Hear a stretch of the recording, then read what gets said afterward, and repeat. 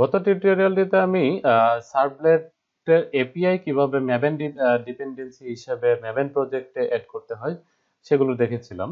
তো আমি এই ভিডিও টিউটোরিয়ালটিতে আমরা কিভাবে এই যে ওয়েব ফোল্ডারটা আছে, এই ওয়েব ফোল্ডারটাকে কিভাবে কাস্টমাইজ করা যায় সেটা দেখব।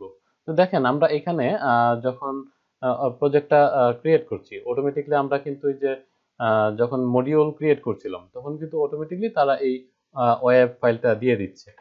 তো যদি আমরা এখন এই প্রজেক্টটাকে বিল্ড রান করি, তাহলে দেখবেন যে আমাদের রান করলেই দেখবেন যে আমাদের প্রজেক্টটা রান হচ্ছে।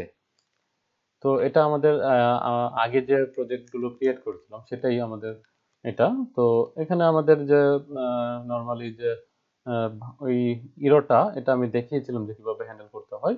তো এই ইরোটা এই সেটিং এ গিয়ে আপনি এই বিল্ডে গিয়ে তারপর জাভা কম্পাইলারে কম্পাইলার, তারপর জাভা কম্পাইলার, এখানে আপনি এই যে ল্যাঙ্গুয়েজ লেভেল এখানে 8 দিয়ে দিবেন, ওকে দিবেন। ঠিক আছে, তো এখন এই ইরোটা চলে যাবে। তো এখন যদি আমরা এই এটাকে বিল্ড করি, তাহলে দেখবেন যে এখানে আরেকটা প্রবলেম আসছে যে এখানে কি বলছে যে Java x.servlet.annotation does not exist। ওকে, এই অ্যানোটেশনটা এখানে নাই, তো এটা আমরা দিলাম না। ওকে, তো দেখেন এখন হয়ে যাবে, রান হয়ে যাবে।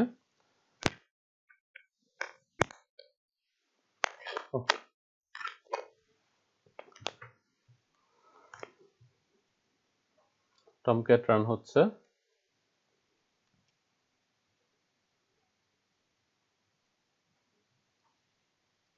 ওকে, ডান। তো দেখেন আমাদের যে প্রজেক্টটা রান হচ্ছে, রান হয়ে গেল, এবং এটা এখানে যে ওয়েলকাম পেজের যে কন্টেন্টটা আছে সেটা এখানে শো করবে। তো এখন দেখেন আমরা যদি এই যে ওয়েব ফোল্ডারটা, এটাকে আমরা নামটা চেঞ্জ করি, আমরা নামটা চেঞ্জ করি, যদি দিই আমরা এটা এই যে নামটা চেঞ্জ করলাম, এটা কিভাবে আসবে এখানে, ডায়লগটা কিভাবে আসলো? তো এখানে এটা ক্লিক করে যদি আমরা শিফট F6 যদি আপনি ক্লিক করেন তাহলে এই ডায়লগটা চলে আসবে। ওকে, এখানে আমি দিয়ে দিলাম ওয়েব এ। তো এই যদি রিফ্যাক্টরিং করি তাহলে দেখবেন যে এটা চেঞ্জ হচ্ছে। এখন যদি আমরা প্রজেক্টটাকে আবার রিস্টার্ট দেই, তাহলে দেখবেন যে আমাদের এই যে প্রজেক্টটা, এখানে একটা এরর শো করছে। দেখি কি এরর শো করে। তো রান হচ্ছে আমাদের টমক্যাট সার্ভার। ওকে, দেখেন এখানে কিন্তু আমাদের একটা এরর শো করছে যে http স্ট্যাটাস 404 নট ফাউন্ড। তো 404 কি সেটা তো আপনারা জানেন, একদমই প্রথমেই বলেছিলাম যে যদি আপনাদের যে পেজ, কোনো একটা পেজ যদি সার্ভারে না পাওয়া যায়, তাহলে সেটা হবে 404 নট ফাউন্ড এরর। তো দেখেন এখানে বলছে যে দ্য রিকোয়েস্ট রিসোর্স এটা ইজ নট অ্যাভেলেবল। তো এখানের যে রিসোর্সটা অ্যাভেলেবল হচ্ছে না। তো এটার কারণ কি? আমরা যে ওয়েব ফাইলটাকে আমরা একটু রিনেম করেছি। এটাকে যদি আমরা এই ফাইলটাকে যদি আমরা অ্যাক্সেস করতে চাই, আমাদের যে কাস্টম ওয়েব অ্যাপ্লিকেশনের যে ফোল্ডারটা, সেটা যদি আমরা অ্যাক্সেস করতে যাই, তাহলে আমাদের প্রজেক্ট স্ট্রাকচারে গিয়ে এই যে আমরা এখানে প্রজেক্ট স্ট্রাকচার আছে, এখানে ক্লিক করতে পারি, অথবা control shift alt S press করলে আমাদের যে প্রজেক্ট স্ট্রাকচার চলে আসবে।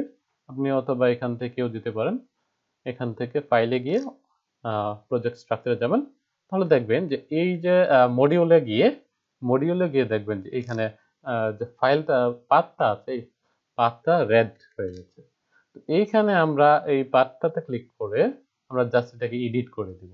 এডিট করে কি দেব, আমরা যে নামটা দিয়েছি ওয়েব এ এই ফাইলটা আমরা দিয়ে দিব।